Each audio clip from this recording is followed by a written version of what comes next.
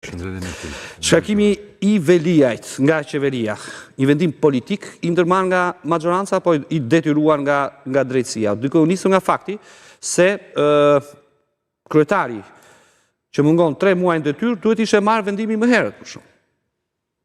Po së pari, pa u futur në teknikalitetet e ligjit apo në interpretimin e tij se kemi tagrin, neni në fjalë ligjit që I referohen kryetarët e këshilltarët bashkiak është I paplot.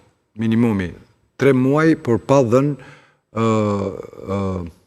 me arsye apo pa arsye. Dhe në rastin konkret ne kemi mungesën e zotit Veliaj I kemi me arsye. E para, e dyta, unë shtroj një pyetje pa qëllime brenda që zoti Veliaj është karkuar 7 muaj pas mungesës në punë. Dhe nëse do ishte se 3 muaj është kjo arsye, atëherë do të kishim 4 muaj, 3 muaj, 5 muaj, 6. Tani bëhet pikërisht për 7 muaj, bëhet vonë. E treta dhe kryesoria Rama 2 ditë para shkarkimit tha vetë që ligji neni është I paqartë, duhet ndryshuar në kuvend. Dhe e katërta, këshilltarët bashkiak të Partisë Socialiste që votuan ditën e martë këtë shkarkim për shkak të mungesës në punë të zotit Veliaj, kanë votuar kundër të njëjtit propozim të Partisë Demokratike. Këto janë pjesa që kërcet për mendimin tim dhe pastaj politikisht e analizojmë, këto janë mendime pastaj interpretime politike, unë mendoj se është një shkarkim politik.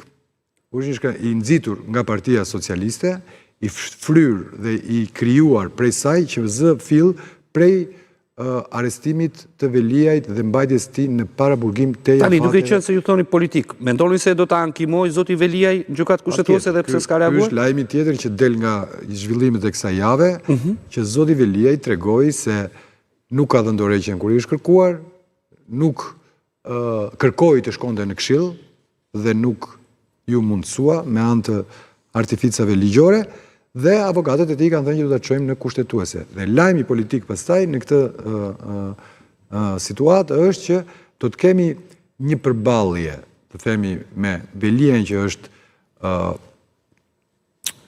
braktisur nga Partia Socialiste në rastin më të mirë, dhe Veliaj dhe pjesës të Partisë Socialiste e cila që do ta mbyll këtë histori sa më shpejt jetë e mundur dhe kjo do duket dhe te çështja e dekretit. Nëse do të kemi një dekretim pa vajtur në gjykatën kushtetuese, pa pritur 15 ditë. Pa pritur 15 ditë, aty do të kemi pastaj një përshkallëzim dhe një përshkallëzim të situatës, pra të themi të dy të mund të ketë një lëvizje të Veliajt. Të Ramës do të kemi logjika do të kemi një lëvizje të Veliajt në kuptimin një deklaratë politike, një qëndrim politik, dhe sepse do të jetë në shkelje të ligjit të hapur dhe do të tregoj qëllimin e të gjithë asaj që përshkrova. Domethënë, ishte shumë normale që të pritej dhe aq më tepër kur precedentet janë në favor të Veliajt.